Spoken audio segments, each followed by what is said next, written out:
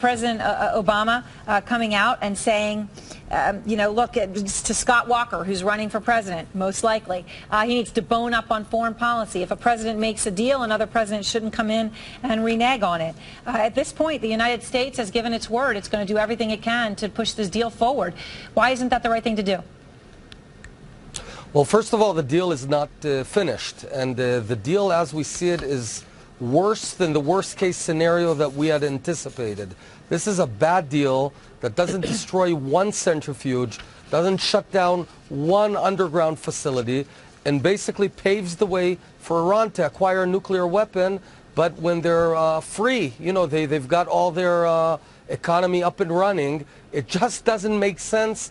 And you know what? It's not too late to fix it. So one of the things to quote-unquote fix it that you have supported, that Prime Minister Benjamin Netanyahu has supported, is say that any deal with Iran must include Iran recognizing Israel's right to exist as a fundamental premise of the deal. President Obama says, forget about it. Here's exactly how he put it.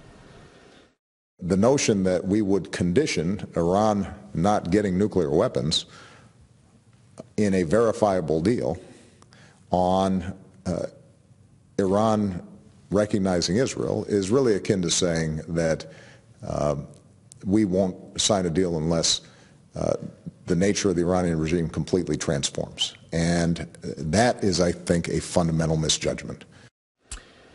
Naftali, what do you say to that? Is Prime Minister Netanyahu fundamentally misjudging this situation, asking for something that is impossible just for the sake of it?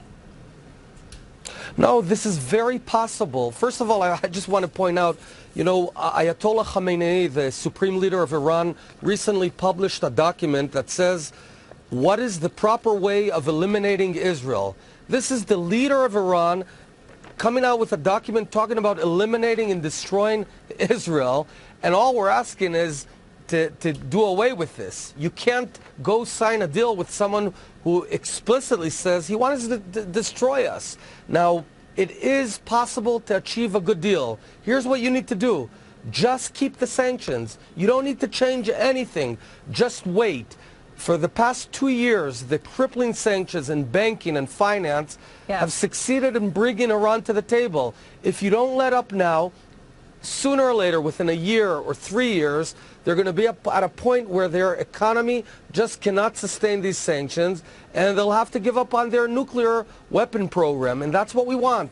And it is possible. So what I want to ask you, though, is when Prime Minister Netanyahu says a fundamental tenet of the deal should be recognition of Israel, a lot of people watching say, well, that makes complete sense. If Iran says they want to eliminate Israel, they should have to take that back as part of the deal. But the former Mossad chief himself, Ephraim Halevi, actually agrees with President Obama. In an op-ed today, which I know you saw, Naftali, but let me read it for our viewers, he wrote, clearly, Iran is not going to change its spots. Therefore, anyone who voices such a demand is signaling that he doesn't want the agreement and has his eyes on an aggressive solution.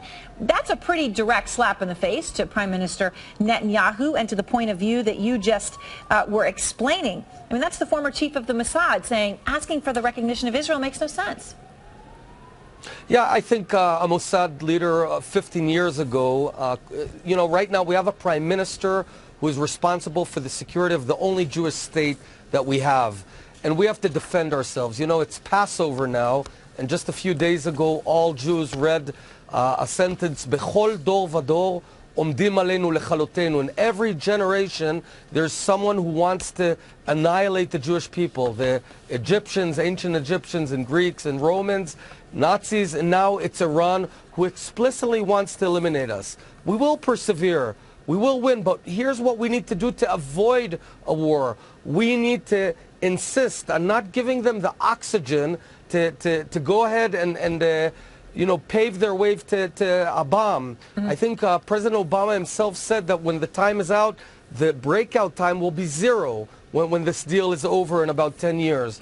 My daughter, Abigail, is going to be 15 years old. This is nothing in the time of a nation. So what we're doing effectively, this bad deal legitimizes and paves the way for Iran to acquire a nuclear weapon. I don't see why it doesn't make sense to insist on them not wanting to eliminate Israel, not wanting to destroy my country, and in fact doing away with that. and dismantling their nuclear weapon program. If they want nuclear energy, fine, but not weaponize it. That's all we're asking here. I don't think it's an unreasonable request. All right. Thanks very much to you, Naftali Bennett. I appreciate that.